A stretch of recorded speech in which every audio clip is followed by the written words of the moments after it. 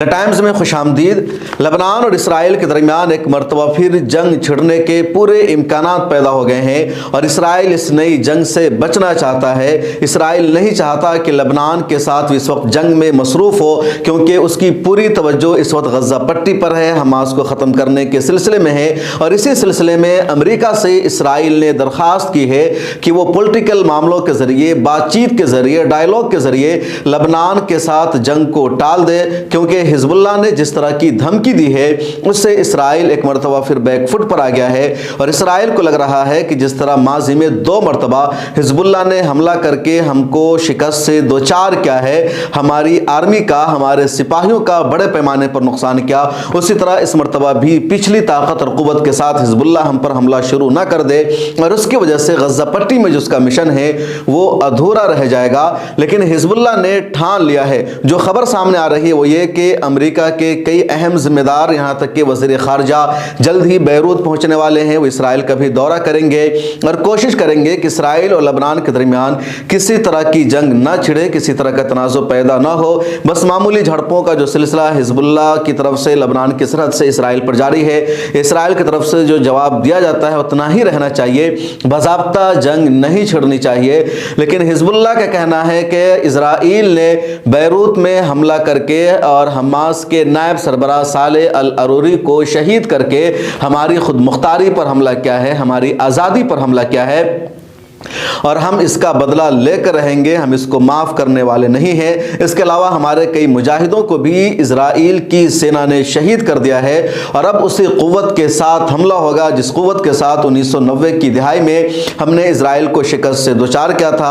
या हालिया दिनों में 2006 में इजराइल ने हम पर कब्ज़ा कर लिया, लेकिन हमारी जंग के बाद और 1 महीना की लड़ाई के बाद इजराइल को पीछे हटना पड़ा और लबनान छोड़ कर जाना पड़ा था। उसी क़ुव्वत के साथ एक मरतबा फिर हम इजराइल पर हमला करने वाले हैं। ये बयान सामने आया है हिजबुल्लाह के सेक्रेटरी जनरल हसन नसरुल्लाह का। लबनान एक ऐसा मुल्क है, पिछले दिनों एक वीडियो में मैंने बताया था कि लबनान में ईसाइयों की आबादी है और मुसलमानों की आबादी है।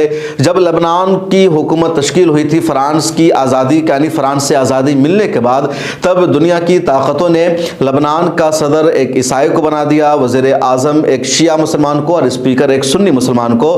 मुसलमानों ने बार बार अपील की कि शिया और सुन्नी एक हैं और आबादी का तनासुब शिया सुन्नी को एक रख कर किया जाए, लेकिन अलग अलग कर दिया गया और इस एतबार से कहा गया कि ईसाई की आबादी ज़्यादा है, उसके बाद शिया है, उसके बाद सुन्नी है। हालांकि शिया सुन्नी को मिलाया जाता है तो ज़्यादा आबादी मुसलमानों को ये हो जाती है वहाँ।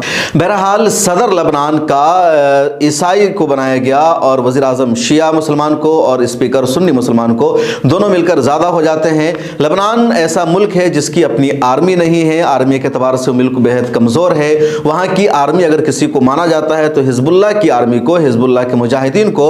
और पिछले दिनों में यानी 2 मरतबा लबनान पर इसराइल ने कब्जा किया, एक 1980-90 की दहाई में, इधर 2006 के आसपास। दोनों मरतबा हिजबुल्लाह ने इसराइल की सेना के साथ लड़ाई की और इसराइल की सेना को कदम पीछे हटाने पर मजबूर किया, इसराइल को हार मानना पड़ा। इस मरतबा भी हिजबुल्लाह की सेना ने बाज़ाब्ता इसराइल पर हमला करने का प्लान बना लिया है। जुमा को हसन नसरुल्लाह का खिताब भी होना है, इस खिताब में क्या होगा ये आने वाला वक्त बताएगा। लेकिन फिलहाल हिजबुल्लाह की तरफ से ऐलान आया है और इसकी वजह से इसराइल को ये डर सता रहा है कि वो कई महाजों पर जंग में शरीक हो जाएगा और इसराइल ऐसा नहीं चाहता। वो पूरी कुव्वत के साथ गज़ा पट्टी में ही जंग लड़ना चाहता है, हमास को ख़त्म करना चाहता है। इसलिए इसराइल ने अमेरिका से रिक्वेस्ट की है कि बातचीत के ज़रिए, डायलॉग के ज़रिए लबनान को समझाया जाए और यहीं तक इस मामले को महदूद रखा जाए, जंग की नौबत ना आ सके। इस वीडियो में इतना ही, फिर मुलाकात होगी।